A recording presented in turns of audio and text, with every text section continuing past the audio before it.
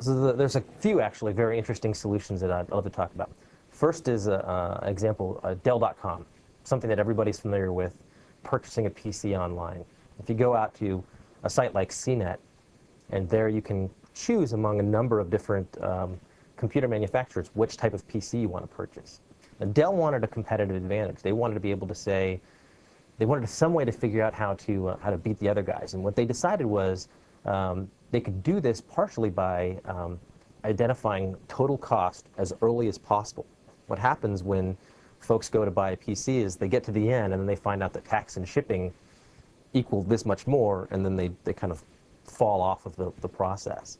So what Dell did is they built a set of web services, their first set of web services on from their website to these sites like CNET that take a zip code as an input, and then they're able to compute both tax and shipping costs up front.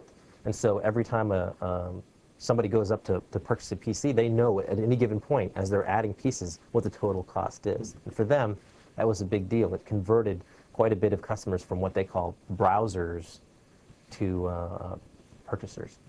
That was a really interesting solution then, and that was the first wave of web services for Dell. Subsequently, many of these developers began evangelizing it internally, and a lot of their internal IT systems are now web servicified. It became kind of a wave. And something that we see often is that first application that was developed by web services becomes the impetus for a wave of web service development inside an organization. And so a great example of that is at the Danske Bank in Denmark. 40% of commercial and retail banks, or commercial retail organizations, are served by Danske Bank.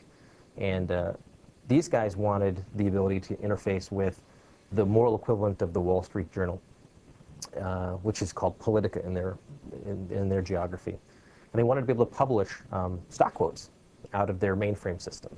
And they knew that it would be cost prohibitive to expose out their mainframe as a web service to the universe.